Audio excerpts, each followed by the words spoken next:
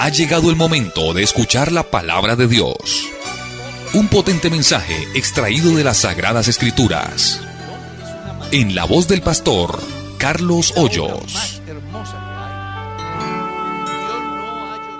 Hay una pregunta que ha llegado esta semana y es en relación a que si es verdad que hay gran tribulación y que si esa gran tribulación ya pasó o estamos en ella o vendrá.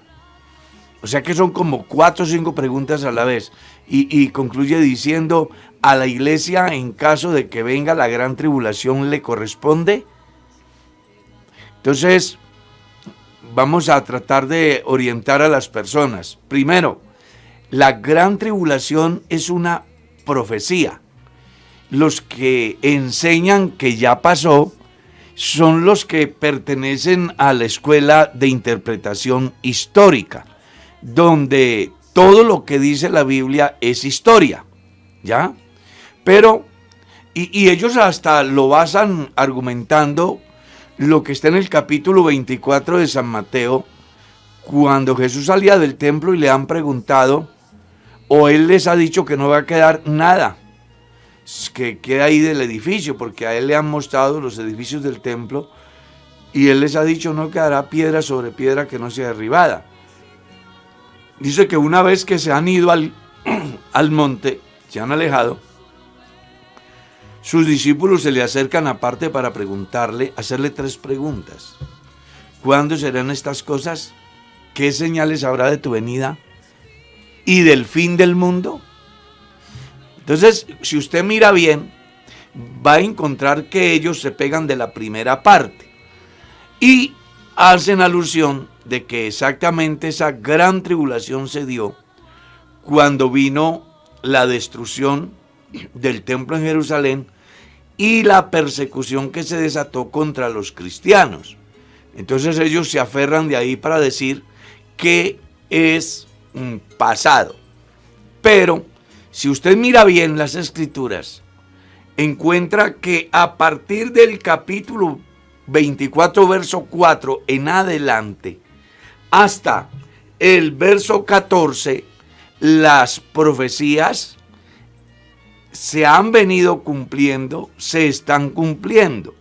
Y ya en el versículo 15 se da inicio a ese periodo de la semana 70 de Daniel, que se puede dividir en 2 etapas: 3 años de paz y 3 años de una gran tribulación, como lo dice el capítulo 24, verso 21.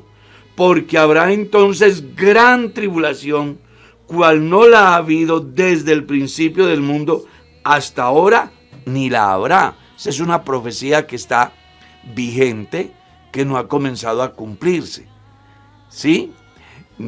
En segundo lugar, que si es cierto que existe la gran tribulación, es una realidad. En tercer lugar, que si estamos en la gran tribulación, no, porque la iglesia todavía está en la tierra y para que la gran tribulación comience es necesario que la iglesia se vaya. 4, que si a la iglesia le toca la gran tribulación, no. Según el capítulo 3 del libro de Apocalipsis, en el mensaje a la iglesia de Filadelfia, el Señor le dice: por cuanto has guardado la palabra de mi paciencia, yo también te guardaré de la hora de prueba que ha de venir sobre el mundo para probar a los moradores de la tierra. Acuérdese que la vida de la iglesia en la tierra va hasta el capítulo 3, último texto. En el capítulo 4, verso 1, ya aparece de alguna manera representado en Juan lo que es el levantamiento de la iglesia. Ya Cristo viene por su iglesia. Entonces es bueno que tengamos en cuenta que cuando Cristo venga por su iglesia, se van a dar eventos en el cielo y eventos en la tierra. Eventos en el cielo, el coro que va a entonar los cristianos redimidos según Apocalipsis 5. Se van a dar los galardones donde los creyentes vamos a recibir el premio por nuestro esfuerzo, nuestra fidelidad nuestra lealtad a Dios y a su servicio, y las bodas del Cordero. Eso sucede en el cielo, eso lo está viendo Juan en el cielo. Y la gran tribulación en ese mismo momento se estará dando en la tierra. Entonces, creo que ahí debe de quedarles de alguna forma muy resumida la respuesta.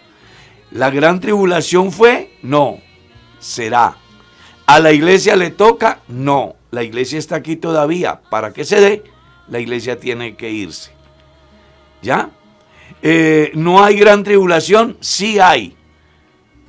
Pero no ha llegado el momento para que se cumpla. Entonces esperamos pues que ya esta quede clara, y sobre todo que los cristianos entiendan que antes que se dé la gran tribulación, la iglesia será quitada de sobre la faz de la tierra, como está escrito en el capítulo 2 de la segunda carta del apóstol Pablo a los tesalonicenses. Ojalá que se lo lean todo, que les va a ayudar mucho en el entender esta enseñanza. Pastor, ya que usted está hablando precisamente del tema de la gran tribulación, hacen una pregunta por aquí en Facebook y quieren saber cuando la Biblia habla en Apocalipsis acerca de que estos son los que han salido de gran tribulación. Capítulo 7, verso 9. ¿A quiénes hace referencia la pregunta? Hay una confusión en los lectores de la Biblia con respecto al capítulo 7, verso 9, que dice: vi una gran multitud que nadie podía contar, de toda tribu, pueblo, lengua y nación. Y dice que estaban vestidos de ropas blancas. Y entonces uno se me acercó y me dijo: estos que están vestidos de ropas blancas, ¿quiénes son y de dónde han salido? Yo le dije: Señor, tú lo sabes. Él me dijo: estos son los que han salido de la gran tribulación y han lavado sus ropas en la sangre del Cordero y las han emblanquecido, y por eso están aquí. El mismo texto le da la respuesta a la persona. Mire bien. Número 1, es un personaje celestial. ¿A quién le está preguntando? A Juan. ¿Dónde está Juan en esa escena? En el cielo. Porque acuérdese que Juan, a partir del capítulo 4, él dice: oí una voz que me dijo, sube acá. Y dice que él llegó allá y vio un trono establecido en el cielo, y en el trono uno sentado, delante del cual huyeron los cielos y la tierra. Y bueno, aparece ya todo lo relacionado con lo que se da allá. Acuérdese que en ese mismo orden, Juan va hasta el capítulo 19, teniendo la visión de lo que pasa en el cielo y lo que pasa en la tierra. Y en esa visión de él en el cielo es donde está viendo a esa multitud vestidas de ropas blancas, de toda tribu, pueblo, lengua y nación. Acuérdese que durante la gran tribulación ese grupo está allá. Entonces hay varias interpretaciones. Yo les voy a decir lo que yo pienso. Unos dicen que son los israelitas. Otros dicen que son todos los creyentes de la iglesia que por desobediencia se quedaron en la gran tribulación, y creyentes de todas las iglesias que se van a hacer decapitar y que se van a hacer morir en la gran tribulación y que por eso van a ir allá. ¿Ya? Pero esos son pensamientos muy subjetivos, porque no existen bases bíblicas para poder afirmar eso. Ahora, ¿por qué digo yo que no se trata de ni israelitas ni gentiles que se van a arrepentir en la gran tribulación? Bueno, porque bíblicamente Juan, a partir del capítulo 4, es levantado al cielo.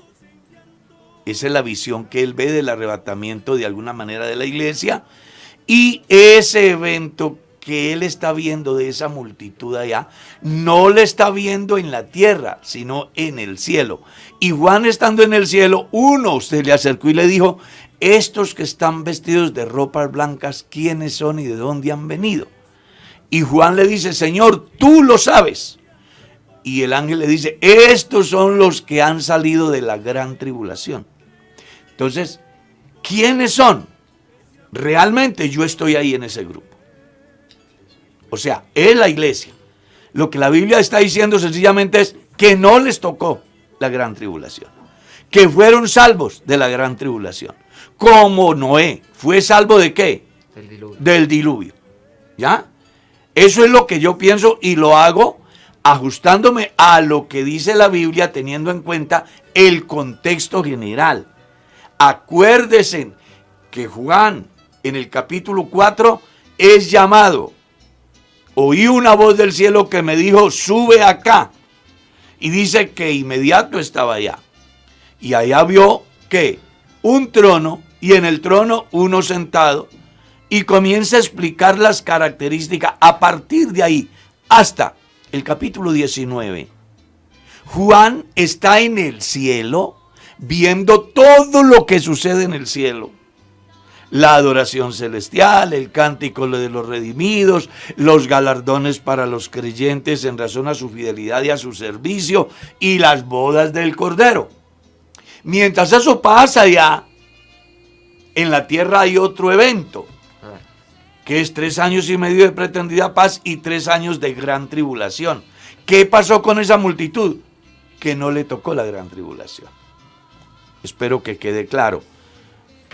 Y además les hago saber que el objetivo de estas respuestas no busca que las personas se metan en una camisa de fuerza, sino que más bien se les despierta el deseo de investigar, de preguntar, de profundizar y sobre todo de tener carácter para no dejarse mover de un pensamiento de cualquier persona que, movido por los sentimientos de familia o paternalismo, le den una interpretación diferente a lo que está registrado en las Sagradas Escrituras. Así es. Porque nosotros muchas veces queremos que la Biblia diga lo que la Biblia no dice todo, porque yo tengo familia que no se ha convertido. Y entonces pienso que en la gran tribulación se van a salvar. Y se me olvida que aparecen 4 testigos. Léalos.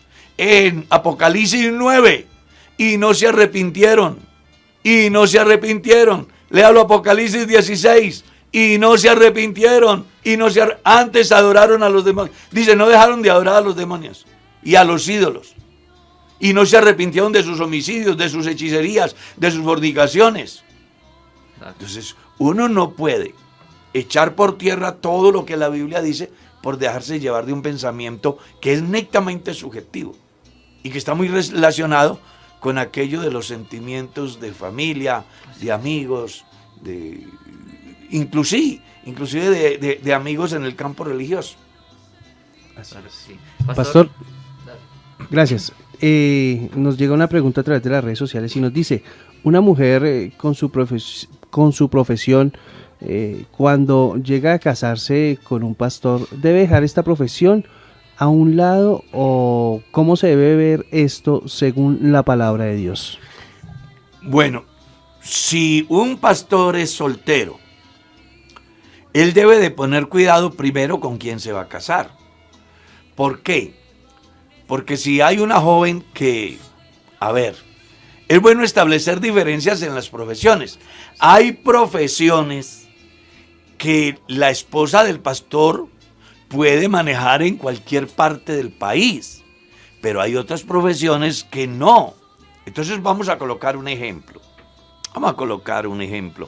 El hermano Pepe se ha enamorado de una hermana que, ¿qué te digo? Que es contador público, ¿cierto? Y ella pues tiene su propia empresa o está bien empleada. Ella, si el pastor está ejerciendo en la ciudad donde vive la novia y se casa, pues ella no va a tener ningún problema, seguir ejerciendo ahí. Hasta ahora no existe una provisión reglamentaria que la mujer no pueda, porque de alguna manera el llamado al ministerio es el del pastor. Ella es la ayuda de él. Ella podrá ejercerlo, ¿cierto?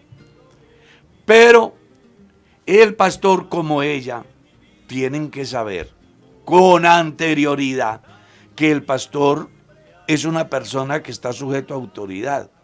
Entonces hoy está, yo qué sé, en Casablanca o en Boitá, y mañana la iglesia lo requiere en Montecristo. Y resulta que para ir a Montecristo, pues tiene que ir en caballo, yo qué sé, 6 horas, en medio de la selva por allá, donde no hay ni inspección de policía ni hay nada.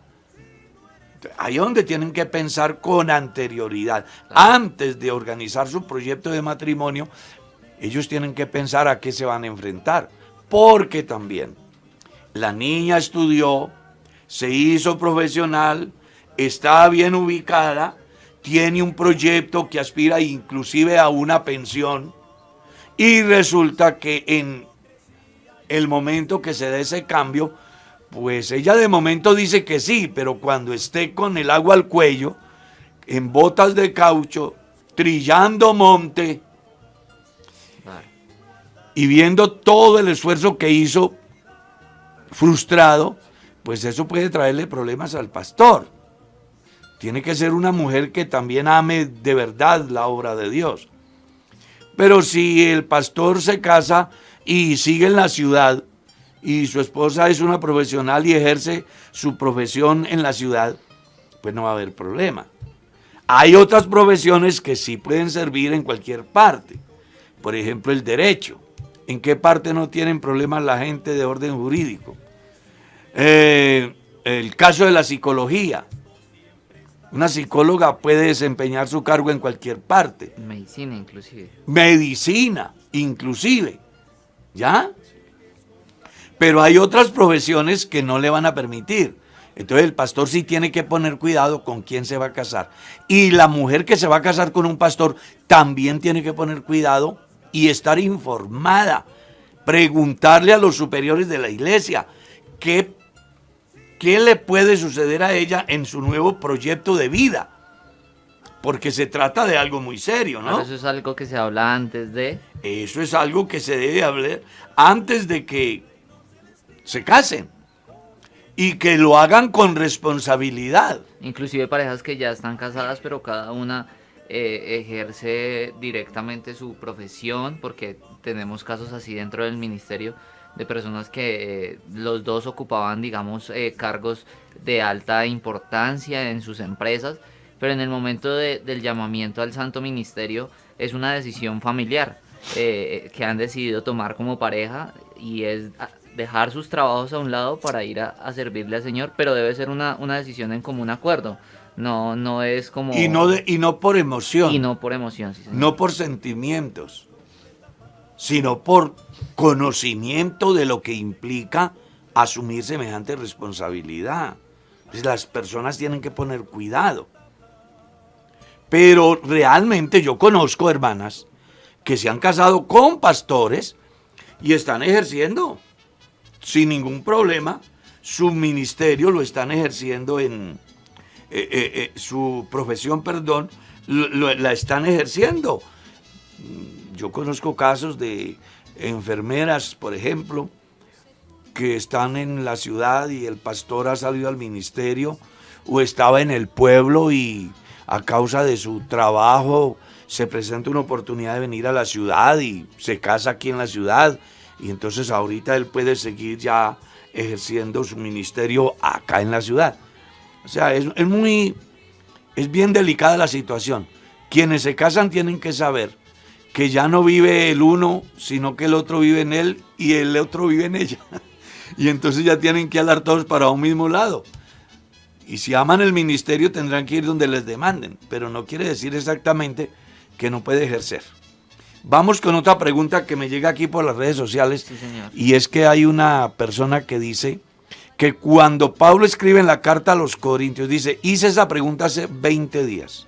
Dice ella, está en Face. Dice, hice una pregunta hace 20 días. ¿Cómo dice Cristian la pregunta? ¿Usted la tiene ahí? Léala, hágame el favor.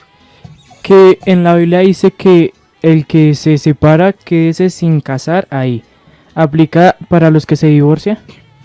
Bueno, interesante su pregunta. Es bueno aclarar algunos aspectos.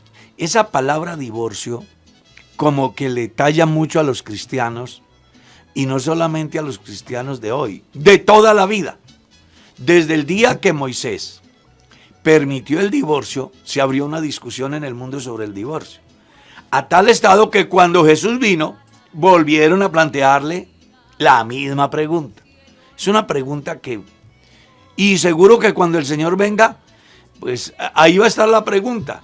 Y casi creo que hasta algunos creyentes se van a perder por estar juzgando y condenando a los que se divorcian y se vuelven a casar.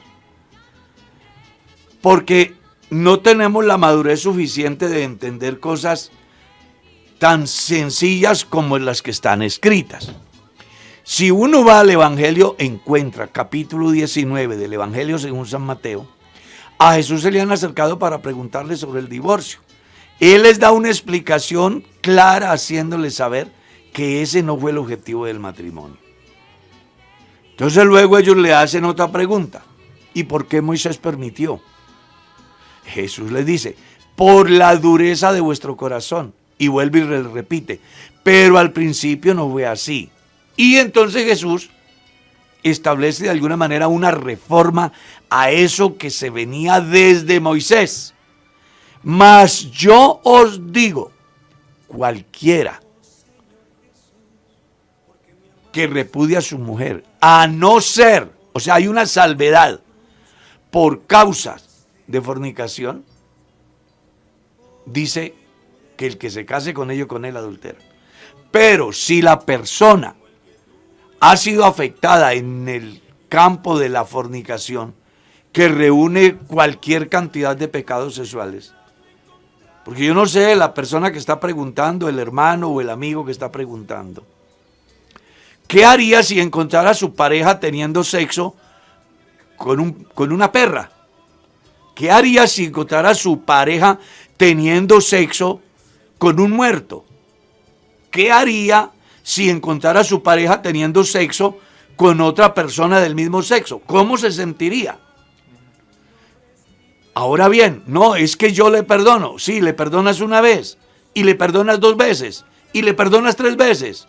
Y al final el tipo, la señora, te deja y se va con la otra. ¿Usted qué haría? Tienes 30 años. Tienes toda una vida. Necesitas a alguien que esté a tu lado. ¿Usted qué? Entonces, ¿qué es lo que hace la iglesia ante esa situación? Ayudar en el campo de la conciencia del creyente, dando un concepto ajustado a los principios bíblicos y después de hacerse una investigación rigurosa, dar un concepto favorable a la persona afectada. Porque si Cristian se casó y su mujer le salió, yo qué sé, zoofílica, o que le gusta ir a quedarse en los lugares donde hay un muerto para velarlo toda la noche en algunas partes. Aquí en la ciudad no se ve, pero en los pueblos se ve. Al muerto lo dejan en la casa, en la vereda. Y entonces él dice que se queda, o ella dice que se queda, y resulta de que viene semejante problema, y él descubre o ella descubre que la maldad está en ese hombre o en esa mujer que no respeta ni los muertos. Yo no sé qué sería justo si el hermano o la hermana dice, hermano, yo no aguanto más, ya he hablado con él 1 vez, 2 veces, 3 veces y sigue en la misma, y lo reunimos con el pastor y lo reunimos con la junta local y lo último que hizo fue que se fue y me dejó. ¿Y yo ahora qué voy a hacer? Dígame qué tiene que hacer esa mujer. ¿Qué sería lo justo? Que la iglesia le diga, ¿se tiene que quedar así? Expuesto a que un día cualquiera le llegue un ataque de su carne y se acueste con cualquier cosa y mañana termine con una enfermedad de transmisión sexual que le pueda causar la muerte. No, la iglesia lo que busca es tratar de ayudar como lo hizo Moisés y como lo hizo Jesús. Jesús trató de ayudar a la gente dándole una salida a ese problema. Y Moisés lo hizo tratando de ayudar a la gente dándole una salida a ese problema. Y la iglesia lo único que hace es, en razón a esas bases bíblicas que vienen desde el Antiguo Testamento y que Jesús lo corrobora en el Nuevo Testamento, plantear. Es importante que las personas tengan en cuenta. No es que la iglesia piense en divorciar y en recasar, porque la iglesia ni divorcia ni recasa. La iglesia simplemente respeta la decisión del juez y quienes se someten al proceso ante el tribunal eclesiástico tienen que estar dispuestos a aceptar el concepto del tribunal eclesiástico. Entonces la persona inocente que considera el tribunal eclesiástico, ese podrá ir a casarse, no a recasarse, a casarse. Porque la palabra recasamiento solo existe en las personas malintencionadas que buscan dañar la conciencia de muchos, tratando de justificarse en sí mismos todo porque a ellos no les ha tocado. Y Dios los guarde y que nunca les suceda. Pero yo conozco casos de gente que condenaba y hoy están pidiendo que los ayuden. ¿Por qué? Porque una cosa es hablar cuando yo no tengo el problema. Otra cosa es hablar cuando yo tengo el problema. Espero que haya quedado clara esa pregunta. Bueno, ¿tienen más preguntas ustedes por allá? Cuéntanos. Claro que sí, acá en las redes sociales nos preguntan que ¿cuál es el significado de los 7 sellos y a la vez la bestia con las 7 cabezas? Pues es sencillo, si usted mira bien, encuentra que la bestia con las 7 cabezas está hablando del sistema satánico liderado por 7 imperios. Cada uno de esos imperios es una de esas cabezas.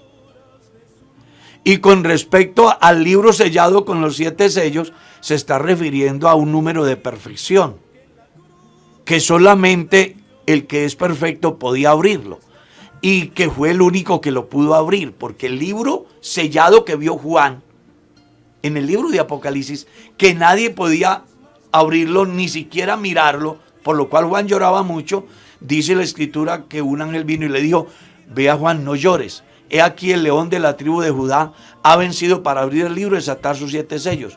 Y si usted sigue en el capítulo 6, él comienza a abrirlos, que es todo el libro de Apocalipsis. ¿Usted tiene otra pregunta ahí? Sí, por acá nos hacían una muy al comienzo del programa en YouTube y es acerca de el significado del día de reposo. La persona quiere saber qué significa el día de reposo. Bueno, si ustedes van al Génesis capítulo 2, encuentran de que después que Dios termina toda la obra de la creación, o sea, entrega la obra terminada, porque hay que hacer una, ¿cómo le dijera yo? Como un análisis completo. Número 1, en el principio creó Dios los cielos y la tierra, punto. No sabemos de ese punto hacia atrás cuántos años, miles tenga la creación. No sabemos, porque ahí se resume un pasado sin fecha. A partir del verso 2 comienza otra etapa. Y la tierra estaba desordenada y vacía, y el Espíritu de Dios se movía sobre las faz de las aguas, y dijo Dios sea la luz, y fue la luz, y Dios comienza a organizar todo, ¿no? Estamos hablando de Génesis 1. Entonces, ¿cuántos años hay del versículo 1 hacia atrás? Nadie sabe. Por eso los investigadores hablan del eslabón perdido, hablan de la búsqueda del origen de todas las cosas, y no han podido darle, y unos dicen que tantos millones, y otros dicen que tantos, y no hay un consenso real. La razón, porque la historia cuenta a partir del hombre, y no a partir de la suposición del hombre. El universo fue creado en un pasado sin fecha. Pero una vez que Dios termina de ordenar todo lo que encontró desordenado, que creo que eso también le va a servir para aclararle otra pregunta que hay por ahí, es importante que entonces entendamos algunas corrientes al respecto. Hay quienes aseguran que, por ejemplo, los dinosaurios existieron del versículo 1 hacia atrás, y que a causa de la caída de Satanás, como aparece en Isaías capítulo 14, Ezequiel capítulo 28, dice que causó una desolación en la tierra y que ahí perecieron los famosos dinosaurios, lo cual no es un cuento, es una realidad. Los arqueólogos han descubierto esqueletos de aquellas criaturas y el combustible que se utiliza hoy óseo es desde allá. O sea, no es un cuento que existieron, sí existieron. Lo que no han podido la ciencia descubrir es en qué momento existieron. Solamente hablan de conjeturas. Lo que también no es menos cierto es que de Adán para acá no existieron. Si existieron fue antes de Adán. Antes de Adán. Ahora, que ese desierto, esa tragedia la ha provocado Satanás, que ha caído y ha hecho gran daño. Entonces Dios llega a comenzar a organizar todo el caos, a deshacer las obras del diablo para establecer un nuevo sistema, que es el que nosotros tenemos hoy. ¿Cómo va a suceder cuando llegue el juicio de las naciones vivientes? Dios hará un juicio y vendrá un tiempo maravilloso que llamarán el milenio. Y luego Satanás será suelto y vendrá otra vez otro desorden y ahí sí Dios ya le va a poner fin por los siglos de los siglos. Entonces, en ese momento cuando Dios organiza todo, dice que terminó Dios su obra el día sexto y descansó el día séptimo, que se llama día de reposo, o que la antigua versión de 1909 llama día sábado. ¿Sí? Dice, descansó de toda su obra. Esa misma normatividad llega hasta el tiempo de Moisés. Moisés en sus leyes ceremoniales incluye el sábado, bajo la gravedad que quien no lo guardara moría, era cortado. Pero una vez que transcurre el tiempo y aquellos señores no hacen lo que de verdad debían hacer en el día de reposo, entonces aparecen las quejas de Dios, como está en el capítulo 1 del libro del profeta Isaías. ¿Para qué me sirve, dice Jehová, la multitud de vuestros sacrificios? Hastiado estoy de vuestros días de fiesta y días de reposo me son gravosos, no los puedo sufrir, son iniquidad vuestras fiestas solemnes. Vuestras fiestas solemnes y vuestros días de reposo los tiene aborrecidos mi alma, no los puedo soportar. Luego Oseas capítulo 2, verso 10, léalo. Haré cesar todas sus fiestas, sus lunas nuevas y sus días de reposo, dice Dios.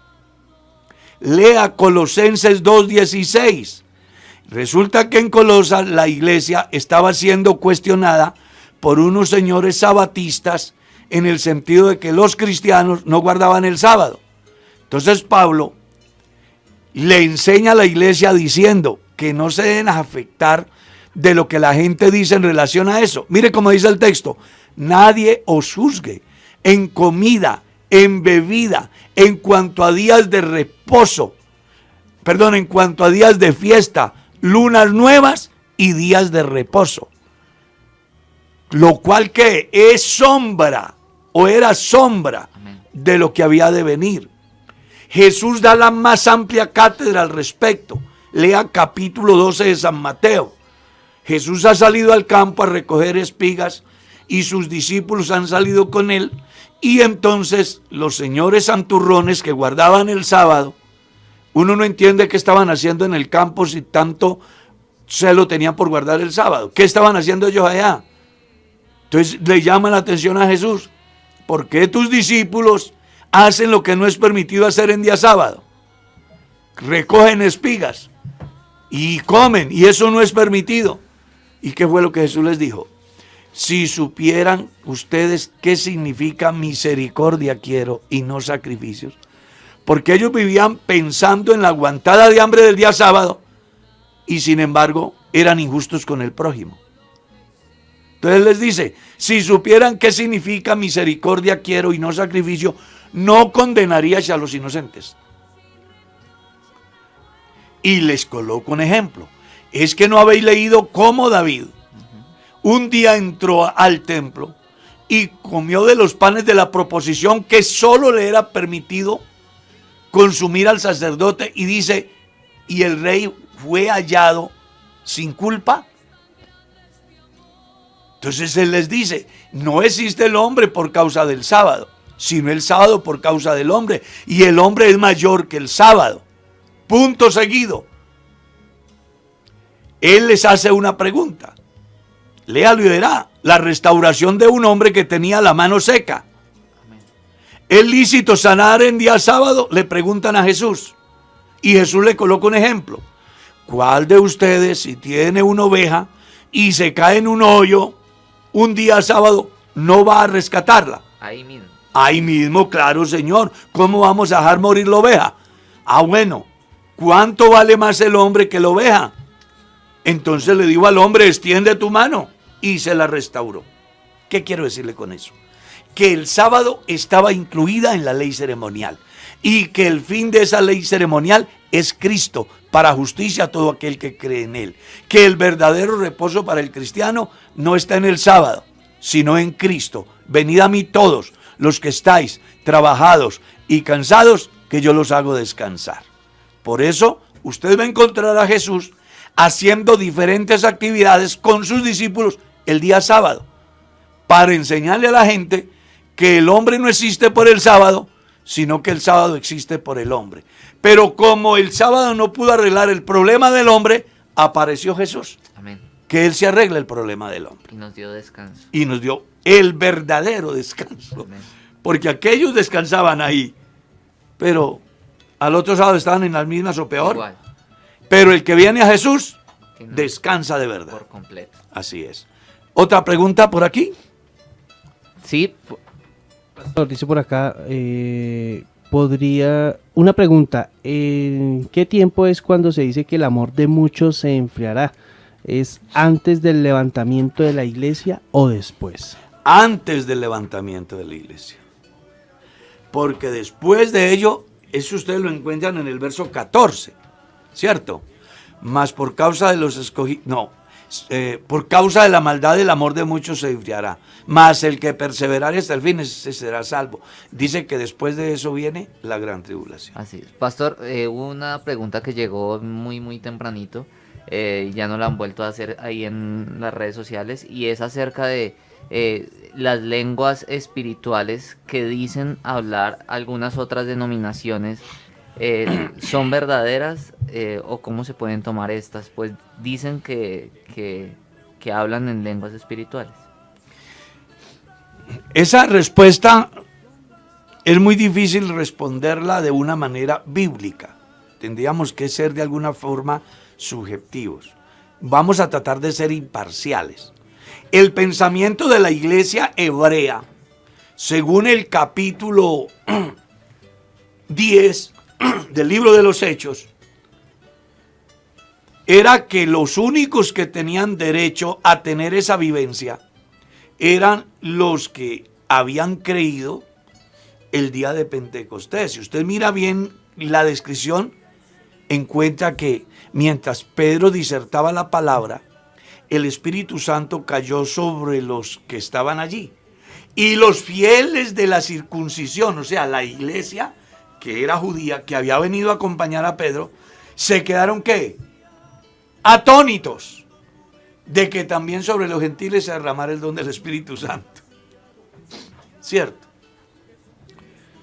Entonces, aquí no soy juez para decir el movimiento de lenguas en qué lugar es de Dios o no es de Dios, porque pues yo no estoy en ese lugar. Ni me toca ese papel de juez. Ni me toca ese papel de juez. Lo que yo puedo decir sí es que solo hay dos medios que exige Dios para que una persona sea llena del Espíritu Santo. Dice, se recibe por fe y le es dado a los que le obedecen. Entonces, una persona puede tener fe, pero si no obedece, no hay nada. Y una persona puede decir que obedece, pero si no cree, no hay nada. Son dos exigencias. Se recibe por fe y le es dado a los que le obedecen. Jesús dijo, el que cree en mí, como dice la Escritura. Entonces ya ahí hay que hacer una doctrina, o mejor, hacer un análisis profundo. Cuando una persona cree que Jesucristo no es Dios, ¿está creyendo realmente? Es una pregunta que les hago. No.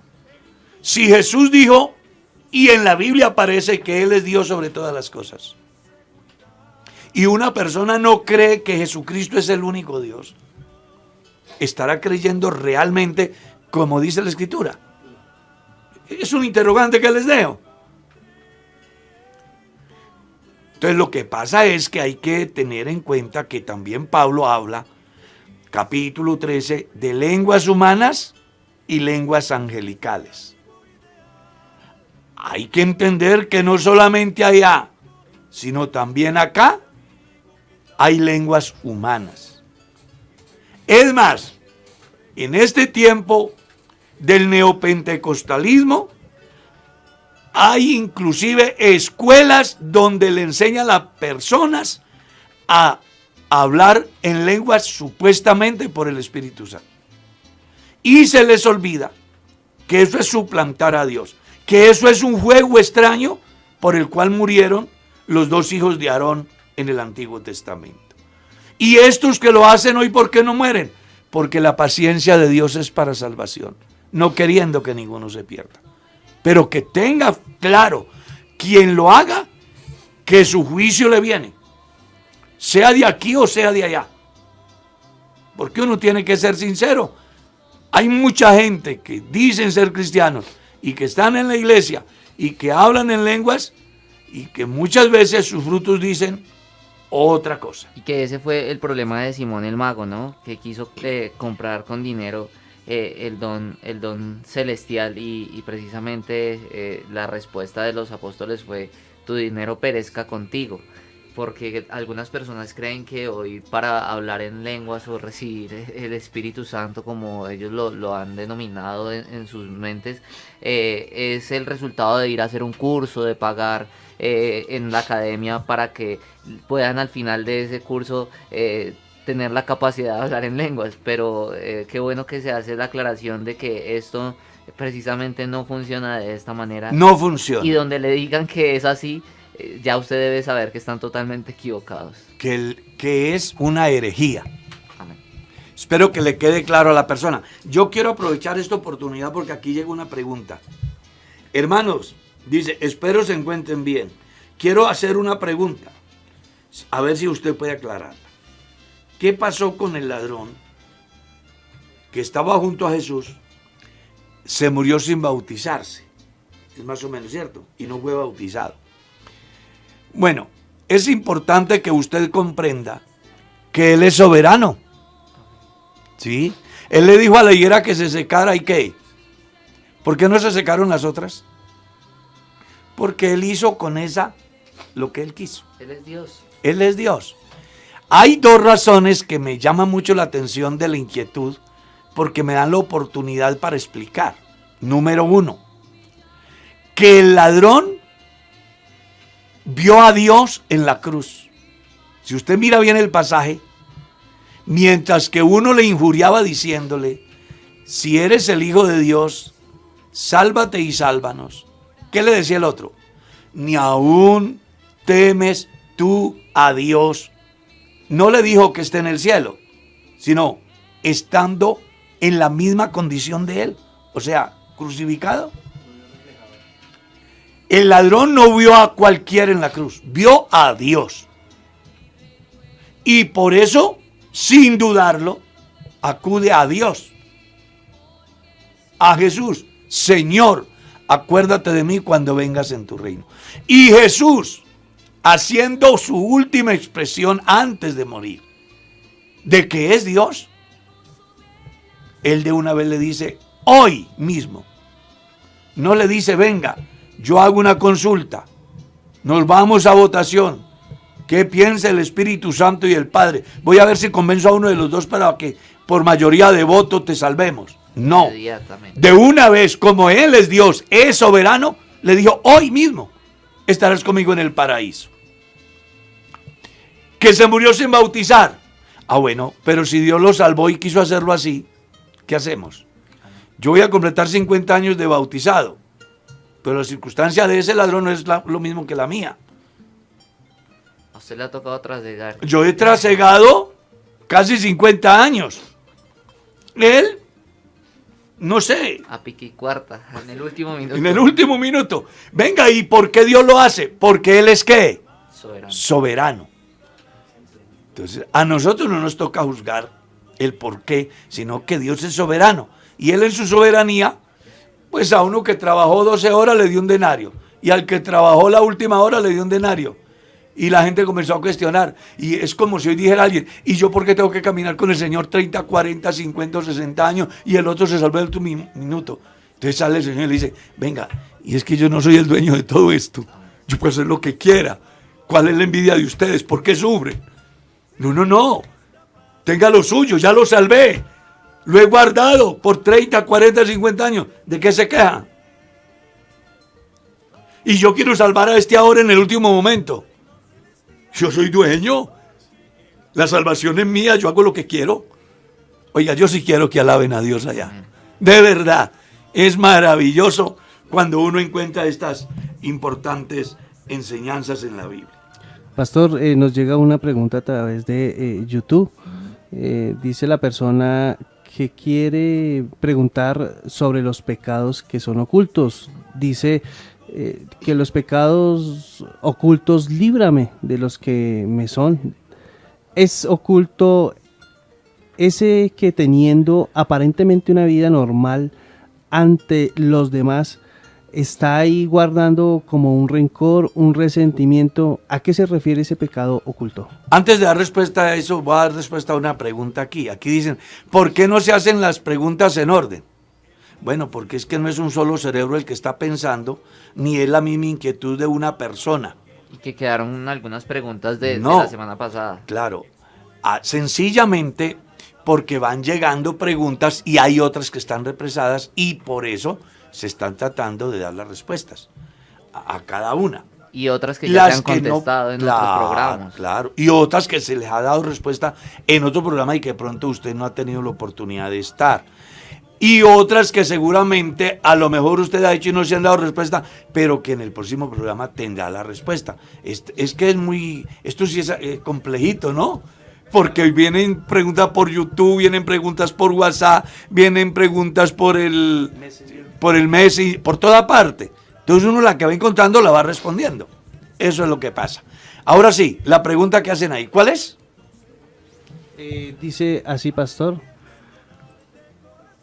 Habla de los pecados que son ocultos. Dice, pecados ocultos, líbrame de los que son, dice la palabra. Es oculto ese que teniendo aparentemente una vida normal ante los demás, está ahí guardado como un rencor, un resentimiento, ¿o a qué se refiere? Los pecados ocultos a los que se refiere la Escritura son aquellos que yo cometo e inclusive no me doy cuenta que los cometí.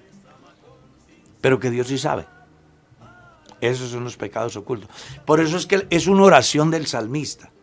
Guárdame aún de los que, líbrame aún de los que me son ocultos. O sea, de esos que yo mismo, yo no conozco, pero que cometo. Eso es diferente porque el pensamiento que se maneja allí es del otro lado. Es como si un creyente estuviera ocultando un pecado. Ese ya es el que cita Salomón, que dice que el Claro. que oculta sus pecados No no prosperará. prosperará. Pero porque los conoce. Los conoce.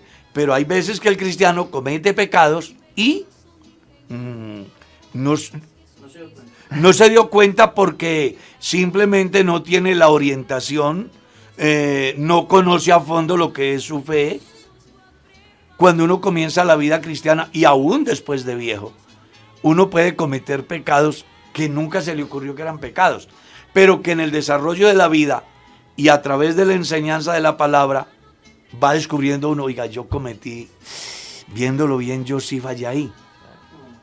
Pero cuando esa noche que usted no sabía que había cometido ese pecado, o ese día, usted se arrodilló a Dios y le dijo, Dios, perdóname todos mis pecados, incluyendo aquellos que no conozco, ya Dios le perdonó ese pecado.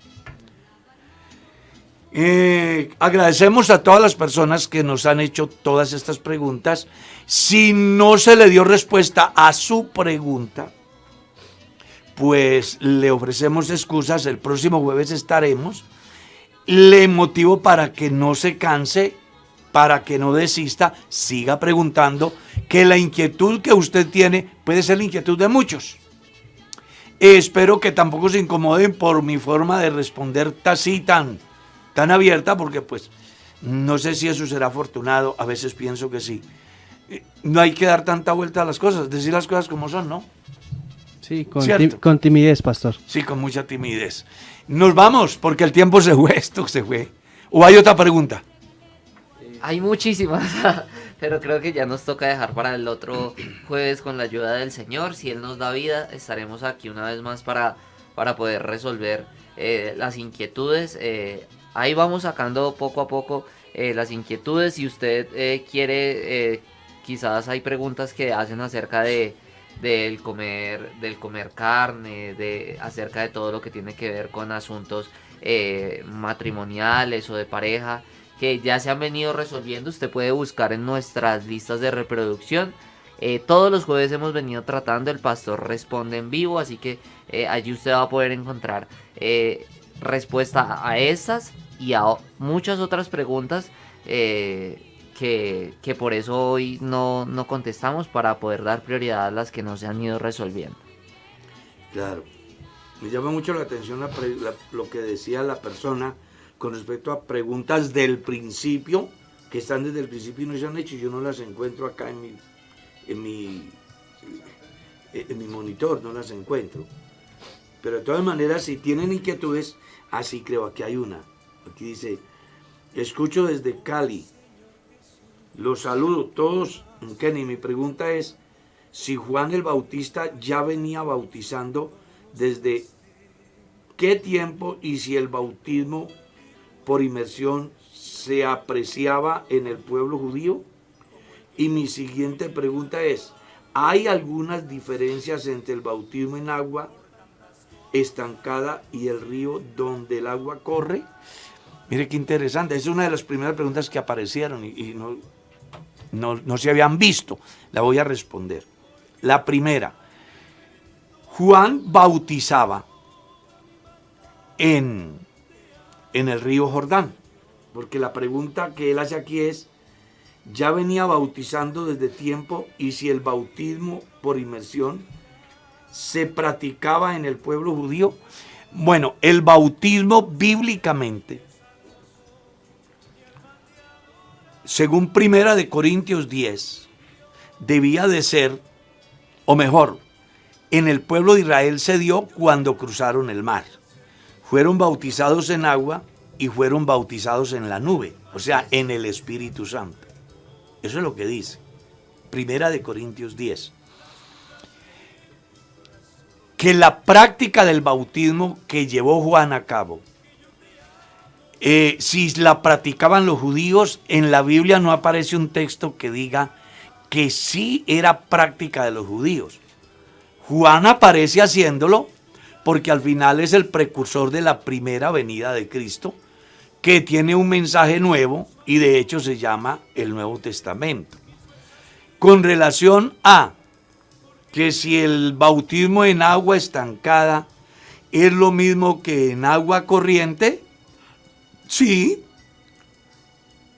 creo que sí, porque nada tiene que... Aquí lo importante aquí no es que el agua corra, sino que la persona simbólicamente pueda ser sepultada.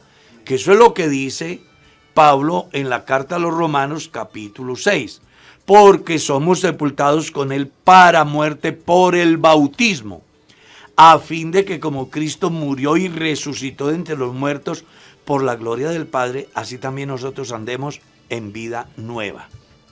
Ahora, es más, si uno va a la palabra de bautismo, que viene del griego baptismo, vas a encontrar de que existían dos conceptos. Uno era por aspersión y otro por inmersión. Resulta que la iglesia y los apóstoles y los cristianos de todos los tiempos siempre practicaron el bautismo por inmersión, que es lo que menciona Pablo en la carta a los Romanos capítulo 6.